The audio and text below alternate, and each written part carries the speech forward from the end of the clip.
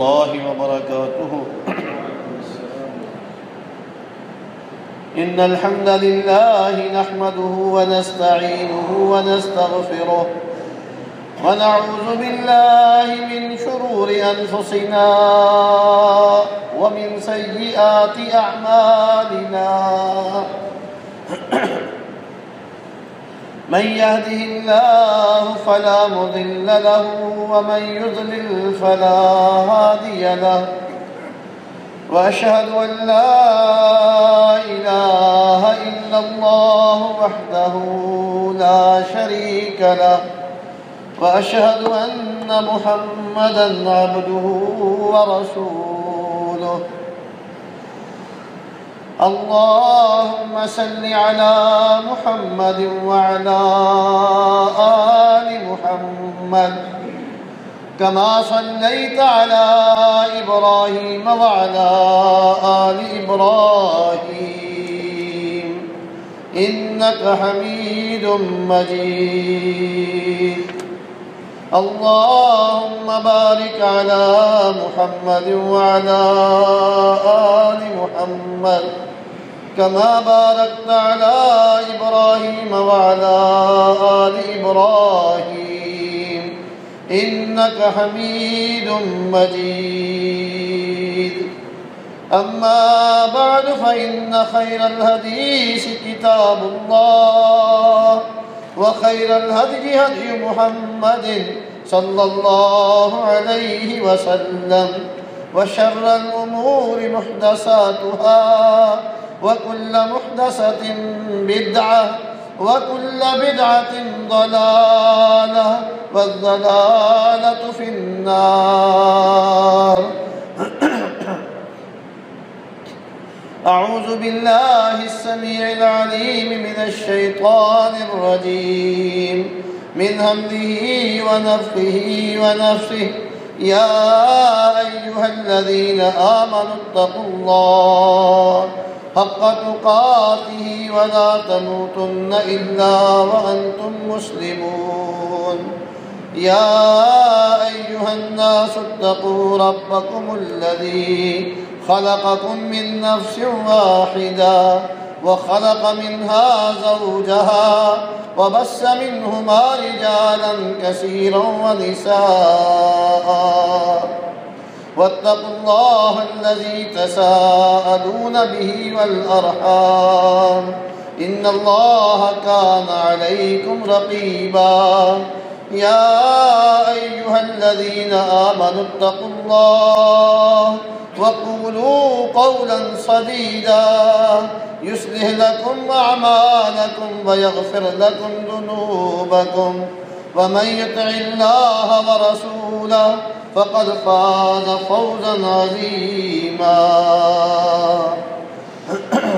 بسم الله الرحمن الرحيم. حتى إذا جاء أحدهم الموت قال رب ارجعون لعلي أعمل صالحا فيما تركت، كلا إنها كلمة هو قائلها ومن ورائهم برزخ إلى يوم يبعثون. فإذا نفخ في الصور فلا أنساب بينهم يومئذ ولا يتساءلون. فمن ثقلت موازينه فأولئك هم المفلحون، ومن خفت موازينه فأولئك الذين خسروا أنفسهم في جهنم خالدون.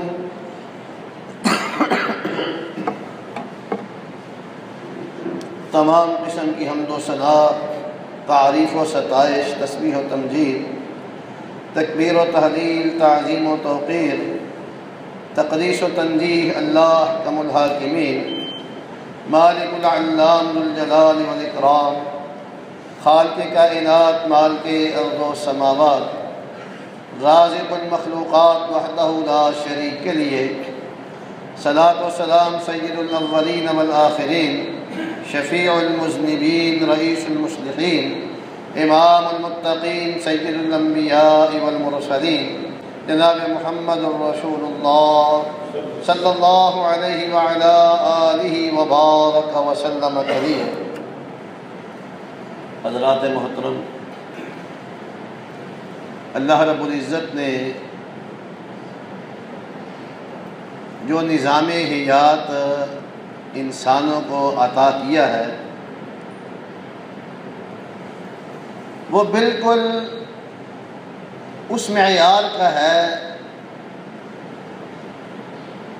جہاں تک انسان کی عقل اور شعور پہنچ سکتی ہے۔ اس دنیا کے اندر، اس زندگی کے اندر دین اسلام نے، اللہ رب العزت نے، اللہ کے رسول صلی اللہ علیہ وسلم نے کوئی کام بھی، کوئی عمل بھی، کوئی حکم بھی، دین اسلام کی کوئی تعلیم بھی ایسی نہیں انسان کے سامنے پیش کی جو انسان کے سوچ و فکر سے بالا تر ہو، اس کے عقل و شعور میں نہ آنے والی ہو، ایسی کوئی بات نہیں ہے۔ یعنی انسان کی فطرت کے عین مطابق اللہ رب العزت نے اسے زندگی گزارنے کے طریقے دیے ہیں جسے اسلام کہا جاتا ہے۔ حضرات محترم، اس وقت ملک پاکستان بلکہ پوری دنیا کے جو حالات ہیں، آپ احباب اس سے اپنی اپنی سمجھ کے مطابق واقف اور آگاہ ہیں۔ چھوٹی سے چھوٹی بات اور بڑی سے بڑی بات، اس میں انسان غور کرے تو اس کے لیے اسے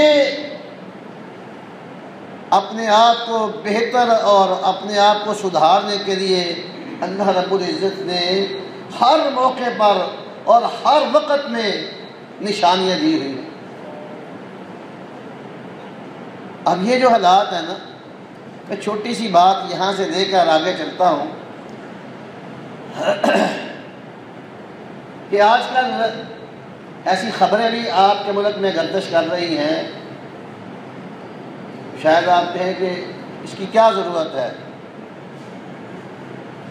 کہ فلاں کلاس کے امتحان نہیں ہوں گے۔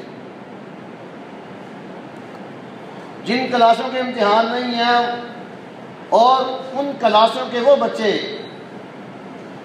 جو پڑھائی کی طرف مائل نہیں، وہ تو بڑے خوش ہیں کہ بغیر امتحان کے ہم کامیاب ہو گئے۔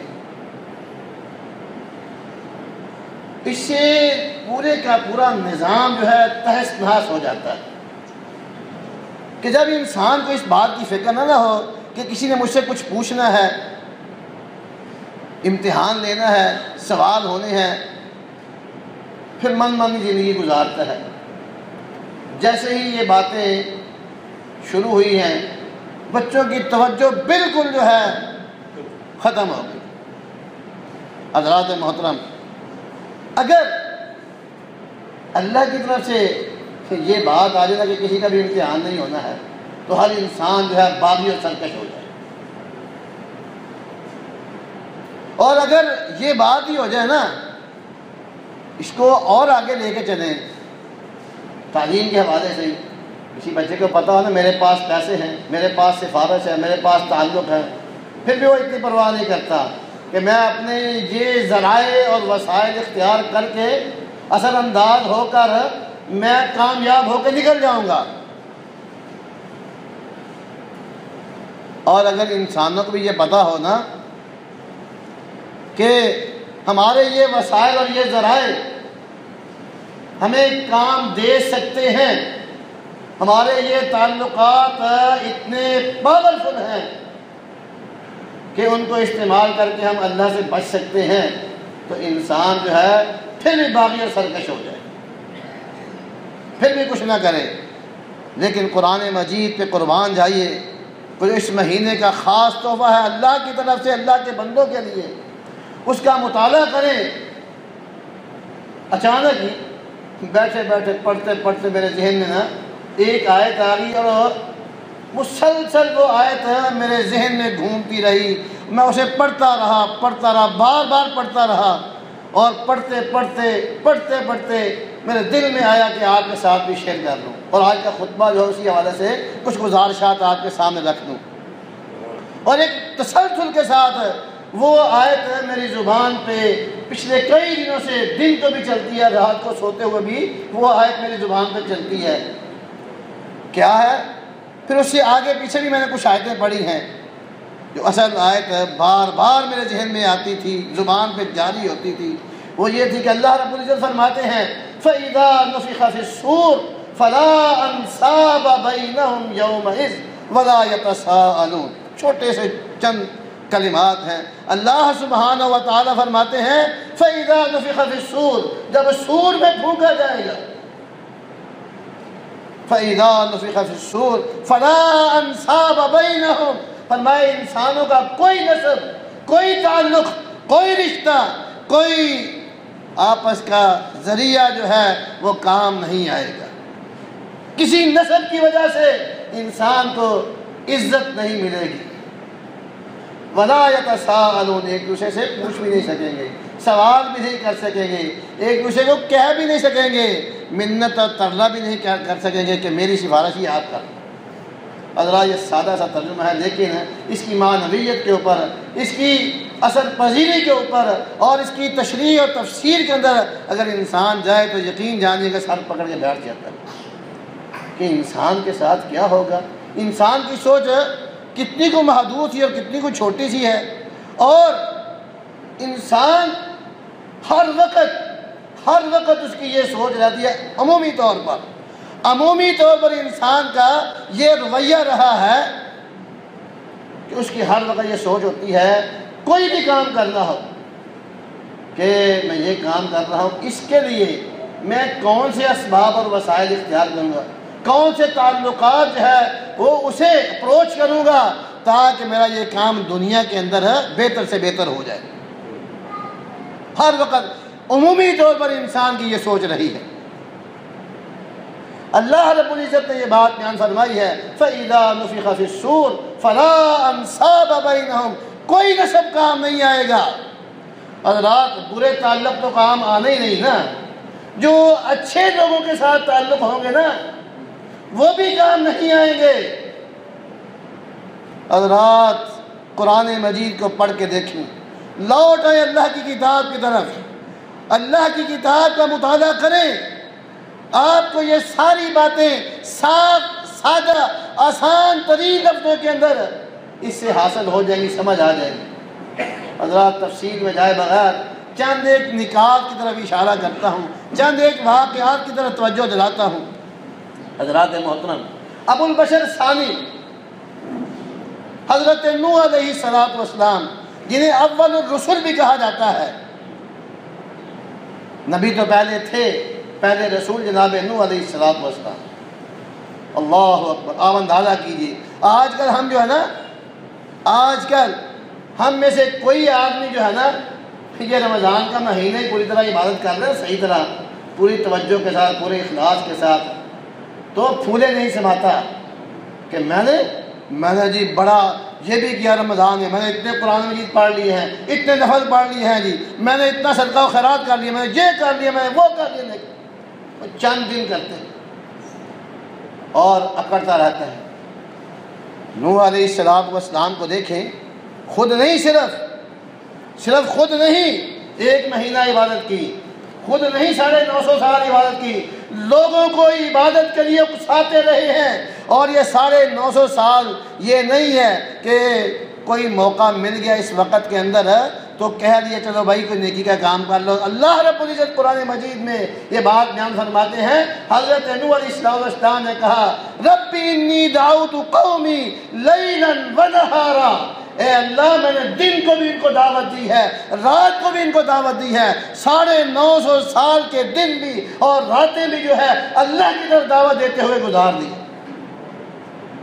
950 سال حضرات آپ اندازہ کیجیے، 950 سال دن رات اللہ کی طرف اللہ کا پیغام پہنچانے کے لیے، اللہ کی طرف بلانے کے لیے ایک کر دیا انہوں نے۔ اتنے عظیم المرتبہ یہ بندے تھے۔ اللہ کہتے ہیں انہ کان عبدا شکورا، یہ اللہ کے شکر گزار بندے تھے۔ اللہ رب العزت جناب نوح علیہ السلام کے لیے کیا کیا آسانیاں نہیں کرتے رہے، کیا کیا نعمتیں نہیں کرتے رہے، اور جناب نوح علیہ السلام اللہ کے لیے، اللہ کے بندوں کو کس طرح جو ہے وہ باتیں سن کر مذاق برداشت کر کے اللہ کی طرف بلاتے رہے۔ جناب نوح علیہ السلام نے کشتی بنانا شروع کی نا، لوگ پتہ کیا کہتے ہیں؟ دیکھو جی، پہلے نبوت کا دعویٰ کیا تھا، اب لوہار بن گیا، اب وہ نبوت کا کاروبار نہیں چلا تو اب یہ کشتیاں بنا رہا ہے، اور بڑا عجیب آدمی ہے، کشتیاں کہاں بنا رہا ہے، اور یہاں جنگلوں میں کشتیاں چلانی ہیں، یہاں تو پانی کا نام ہی نہیں ہے۔ جناب نوح علیہ السلام جس علاقے میں تھے نا، عراق کا شہر ہے موصل، وہاں آئے تھے آپ پیغمبر بن کے، تو وہاں قریب کوئی دریا نہیں تھا، کوئی نہر نہیں تھی، کوئی ندی نہیں تھی، سمندر تو دور کی بات ہے، کہا یہ کشتی چلانی کہاں؟ یہ سارے مذاق برداشت کیے، لیکن اللہ کی بات کو، اللہ کے حکم کو نہیں چھوڑا۔ اب جو میں عرض کرنا چاہتا ہوں، اتنے اللہ کے برگزیدہ نبی، اتنے برگزیدہ پیغمبر جناب نوح علیہ السلام، لیکن ان کی بیوی، اس نے بھی ان کی دعوت کو قبول نہ کیا۔ ہاں تو ہم کہتے ہیں نا، او جی ہم نقشبندی ہیں جی، ہم قلندری، سہروردی اور قادری ہیں، ہمارا یہ سلسلہ ہے، ہمارے پیر سب ہمیں بچا دیں گے، ہمارے بزرگ بچا دیں گے۔ جناب نوح علیہ السلام کی بیوی جو ہے،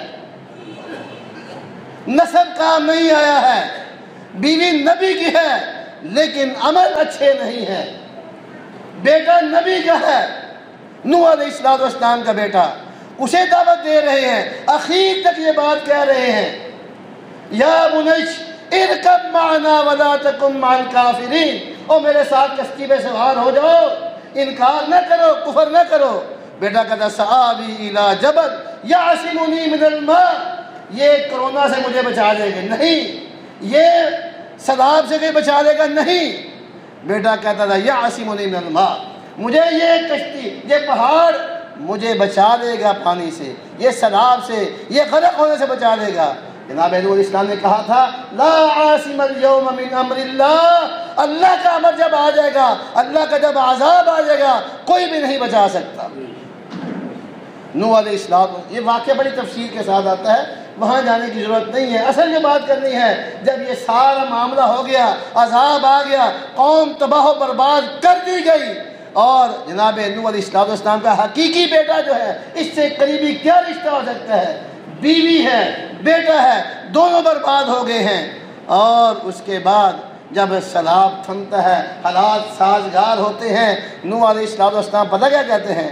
اے اللہ ان ابنی من اہلی وان وعدک الحق وانت احکم الحاکمین، اے اللہ میرا بیٹا میرا اہل ہے، میرے اہل میں سے ہے، آپ کا وعدہ سچا ہے، آپ نے کہا تھا آپ کے اہل کو بچا لوں گا۔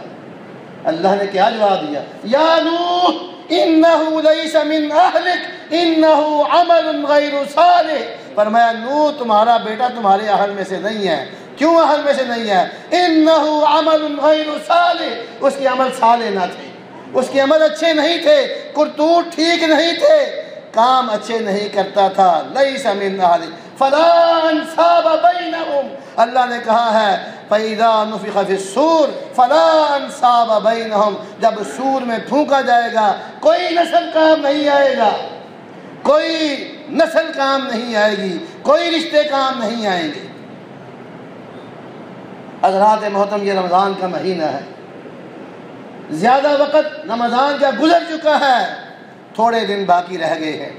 میں نے اور آپ نے غور کرنا ہے، کیا ہم صرف ان بھول بھلیوں میں رہیں گے کہ ہمارے تعلق یہ ہیں، ہمارے رشتے یہ ہیں، ہمارے فلاں کے ساتھ جو ہے رابطے ہیں، یا کہ ہم نے کچھ اپنے آپ کو بدلنا بھی ہے، اپنے اندر تبدیلی بھی پیدا کرنی ہے، اپنے لیے کچھ صالح اعمال بھی اختیار کرنے ہیں؟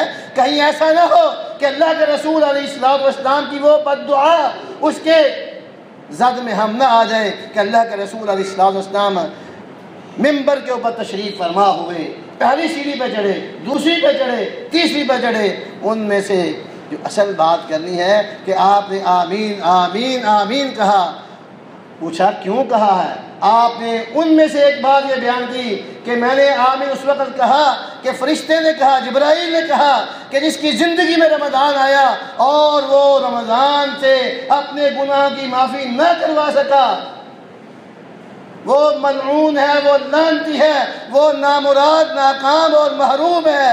جبرائیل نے یہ دعا کی اور محمد الرسول اللہ نے آمین کہا صلی اللہ علیہ وسلم۔ حضرات محترم، کہیں ایسا نہ ہو کہ ہماری زندگی میں رمضان آ گیا اور ہم اس سے اپنے گناہ کو معاف نہ کروا سکے، کہیں ہم بھی محروم نہ ہو جائیں، کوئی تعلق کام نہیں آئے گا۔ اللہ نے فرمایا یا نوح انہ لیس من اہلک انہ عمل غیر صالح، اس کے عمل اچھے نہیں تھے۔ بیوی سے زیادہ قریبی رشتہ، نازک اور حساس رشتہ، پیار اور محبت والا رشتہ اور کون سا ہو سکتا ہے؟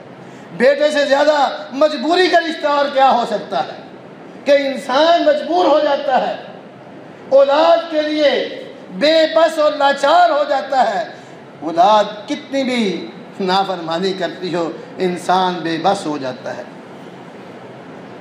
پتہ ہے کہ بچہ غلط کر رہا ہے، اس کے باوجود باپ جو ہے اس کی حمایت کرتا ہے، اس کے باوجود باپ جو ہے اس کی ضروریات سے دستکش نہیں ہوتا ہے، ہاتھ نہیں کھینچتا ہے۔ حضرات محترم، کتنا عزت والا رشتہ ہے، کتنے احترام والا رشتہ ہے باپ کا رشتہ، باپ کتنا قابل قدر رشتہ ہے۔ اور پھر باپ بھی ہو اس عظیم انسان کا جس کو اللہ رب العزت قرآن مجید میں کہے انی جاعلک للناس اماما، کائنات کے سارے انسانوں کا اللہ کہتے ہیں ابراہیم تمہیں میں نے امام بنا دیا ہے۔ اور اللہ جس کے متعلق یہ بات کہیں وَإِذِ ابْتَلَىٰ إِبْرَاهِيمَ رَبُّهُ بِكَلِمَاتٍ فَأَتَمَّهُنَّ، اللہ کہتے ہیں جب بھی میں نے ابراہیم کو آزمائش کی، ابراہیم ہر آزمائش پہ پورا اترے، اللہ کی کسی بات کا بھی انکار نہیں کیا، حتیٰ کہ اللہ نے صرف خواب دکھائی کہ اپنے بیٹے کو ذبح کر دو، بیٹے کو ذبح کرنے کے لیے تیار ہو گئے۔ اتنا عظیم، اتنا فرما بردار انسان۔ لیکن جب ان کے بابا کی باری آتی ہے، اللہ سے دعا کرتے ہیں کہ پروردگار میرا ابا اسے معاف کر دو، کیا کہا؟ نہیں۔ ابراہیم علیہ السلام کو بھی کہہ دیا کہ تیرے باپ کو بھی معاف نہیں کرنا۔ فَإِذَا نُفِخَ فِي الصُّورِ فَلَا أَنْسَابَ بَيْنَهُمْ، کوئی نسب کام نہیں آئے گا، نہ بیٹے کا رشتہ کام آئے گا، نہ بیوی کا رشتہ کام آئے گا، نہ باپ کا رشتہ کام آئے گا۔ حضرات محترم، اگر دنیا کا بدترین انسان بھی کیوں نہ ہو، دنیا کا ذلیل ترین انسان بھی کیوں نہ ہو، اگر اس کا کوئی رشتہ دار جو ہے وہ اچھا ہو تو پھر یہ نہیں دیکھا جاتا کہ اس کا رشتہ دار جو ہے وہ اللہ کا باغی اور سرکش ہے اس لیے اس کو نہیں چھوڑنا ہے۔ نہیں، حضرات محترم، اللہ نے قرآن مجید میں جس واحد انسان کے متعلق یہ بات کہی کہ اس ذلیل ترین انسان نے یہ بات کہی تھی کہ انا ربکم الاعلی، فرعون نے یہ کہا تھا کہ میں سب سے بڑا رب ہوں، فرعون نے یہ بات کہی تھی کہ سب سے بڑا رب میں ہوں۔ اس فرعون کی بیوی جو ہے وہ نیک تھی، اللہ رب العزت نے فرعون کو نہیں دیکھا، نسب کو نہیں دیکھا، تعلق اور رشتے کو نہیں دیکھا، بلکہ کیا اس فرعون کی بیوی جو مومنہ تھی، اچھے عمل کرنے والی تھی، اللہ رب العزت نے اس کے لیے جنت میں محل تیار کر دیا۔ حضرات، یہ رشتوں سے کامیابیاں نہیں ملتی ہیں، یہ عزتیں نہیں ملتی۔ جاؤ کائنات کی اندر سب سے عظیم ترین اگر کوئی شخصیت ہے وہ حضرت محمد الرسول اللہ صلی اللہ علیہ وسلم ہے، اور آپ علیہ السلام کی پیدائش سے پہلے آپ کے ابا جان دنیا سے چلے جاتے ہیں۔ آپ علیہ السلام کی لڑکپن کی ابھی عمر ہوتی ہے، 6 سال کی عمر ہوتی ہے، والدہ بھی دنیا سے رخصت ہو جاتی ہے، ابھی 2 سال اور گزرتے ہیں، 8 سال کی عمر کو پہنچتے ہیں، دادا بھی داغ مفارقت دے جاتا ہے۔ 8 سال سے لے کر 50 سال تک، پورے 42 سال تک جو ہے، حضرات تھوڑا وقت نہیں ہے، 42 سال تک جو ہے ابو طالب نے نبی علیہ السلام کی اس طرح حفاظت کی، اس طرح آپ سے محبت کی، آپ پر جان نچھاڑ دی کہ دنیا اس کی مثال پیش کرنے سے قاصر ہے۔ اتنی محبت، اتنا احترام، اتنی عزت، اپنی اولاد سے بڑھ کر کے، کافر ہونے کے باوجود۔ آپ اندازہ کریں حضرات محترم، آج دنیا کی چیخیں نکل گئی ہیں، 2 مہینے نہیں ہوئے ہیں لاک ڈاؤن ہوئے، دنیا کی چیخیں نکل گئی ہیں، سارا کچھ کھانے کو ملنے کے باوجود پورے 3 سال لاک ڈاؤن کیا گیا محمد الرسول اللہ کا صلی اللہ علیہ وسلم کا۔ شیب ابی طالب میں آپ کو بند کر کے رکھ دیا گیا، نہ کوئی اندر جا سکتا تھا، نہ کوئی باہر آ سکتا تھا، حتیٰ کہ کھانے کے لیے کوئی چیز اندر نہیں جانے دی جاتی تھی۔ یہ لاک ڈاؤن کیا گیا تھا اللہ کے رسول کا، کافروں نے کیا تھا۔ حتیٰ کہ ہمیں تاریخ بتاتی ہے، سیرت بتاتی ہے، مسلمان جو ہیں باوجود اس کے کہ انسان ہونے کے کہتے ہیں کہ ہم پتے کھا کے گزارا کرتے تھے اور بکریوں کی طرح مینگنیاں کیا کرتے تھے۔ آپ اندازہ کیجئے، یہ چند دن کا لاک ڈاؤن جو ہے اس نے چیخیں نکال کے رکھ دی ہماری۔ اور عرض یہ کر رہا تھا کہ ابو طالب جہاں آپ کو لاک ڈاؤن کیا گیا تھا، بند کیا گیا تھا، وہ ابو طالب کی گھاٹی تھی، شیب ابی طالب کہتے ہیں اس کو۔ کافر ہونے کے باوجود جو ہے اتنی حمایت کی تھی کہ وہ بھی ان کے ساتھ وہاں محصور ہو گئے تھے۔ اتنی محبت، جان دینے کے لیے تیار ہو گئے ہیں۔ لیکن جب آخری وقت آیا ہے، اللہ کے رسول علیہ السلام اپنے چچے کو دعوت دیتے رہے، آخری وقت دعوت دینے کے لیے بھی آپ کی خدمت میں حاضر ہوئے۔ دیکھا ابو جہل بھی اور بعض اور سرداران قریش بھی بیٹھے ہوئے ہیں۔ نبی علیہ السلام نے کہا تھا، چچا قل لا الہ الا اللہ کلمۃ احاج لک عند ربی، اور میرے چچا لا الہ الا اللہ کہہ لو، میں اللہ کے سامنے حجت پیش کروں گا۔ میرے چچا نے آخری وقت کلمہ پڑھ لیا تھا، مسلمان ہو گیا تھا۔ ابو جہل وغیرہ نے فورس کیا ابو طالب کو، آخر جب اس کی زبان سے یہ بات نکلی، کہا عبد المطلب کے دین پہ میں مر رہا ہوں۔ نبی اکرم علیہ السلام کی 42 سال تک جو ہے خدمت کرنے والا، گرم سرد دیکھے بغیر، اس کی پرواہ کیے بغیر جو ہے آپ پر جان نچھاور کرنے والا جو ہے 42 سال تک جو ہے مسلسل دن رات آپ کی حمایت کرنے والا۔ کافر یہ کہا کرتے تھے، ابو طالب آپ پیچھے ہٹو اگر ہم دیکھ لیتے ہیں، نہیں۔ لیکن اللہ کے رسول صلی اللہ علیہ وسلم فرمایا تھا کہ قیامت کے روز جہنم میں سب سے ہلکا عذاب جو ہے میرے چچا ابو طالب کو ہوگا۔ پاؤں میں جوتے آگ کے پہنا دیے جائیں گے جس سے دماغ کھول رہا ہوگا۔ فَإِذَا نُفِخَ فِي الصُّورِ فَلَا أَنْسَابَ بَيْنَهُمْ يَوْمَئِذٍ وَلَا يَتَسَاءَلُونَ۔ میں قیامت کے روز کوئی نسب کام نہیں آئے گا، کوئی رشتہ کام نہیں آئے گا۔ کام کیا آئے گا؟ صالح عمل کام آئیں گے، اچھے عمل کام آئیں گے، نیک عمل کام آئیں گے۔ حضرات محترم، بہت ساری باتیں کرنی تھی، وقت نے اجازت نہیں دے رہا۔ اللہ مجھے اور آپ کو یہ چھوٹی سی باتوں کی طرف جو رہنمائی کی گئی ہے، اشارہ کیا گیا ہے، اللہ مجھے آپ کو توفیق عطا فرمائے اور ہمت دے، ہمارے دماغ کے سوچ کو جو ہے اس کے سیدھے راہ پہ لائے، ہم اپنے ان سارے دنیا کے عارضی تعلقات جو ہے اس کے اوپر بنیاد نہ رکھیں، بلکہ سارے عمل جو ہے اس کی طرف توجہ کریں۔ اللہ ہمیں نیکی کی طرف راغب کرنے کی توفیق عطا فرمائے۔ وما علینا الا البلاغ۔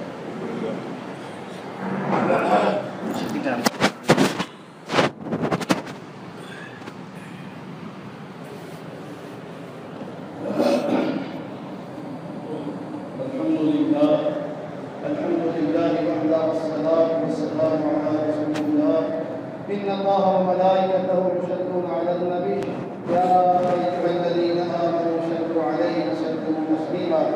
اللهم صل على محمد وعلى آل محمد كما صليت على إبراهيم وعلى آل إبراهيم إنك حميد مجيد.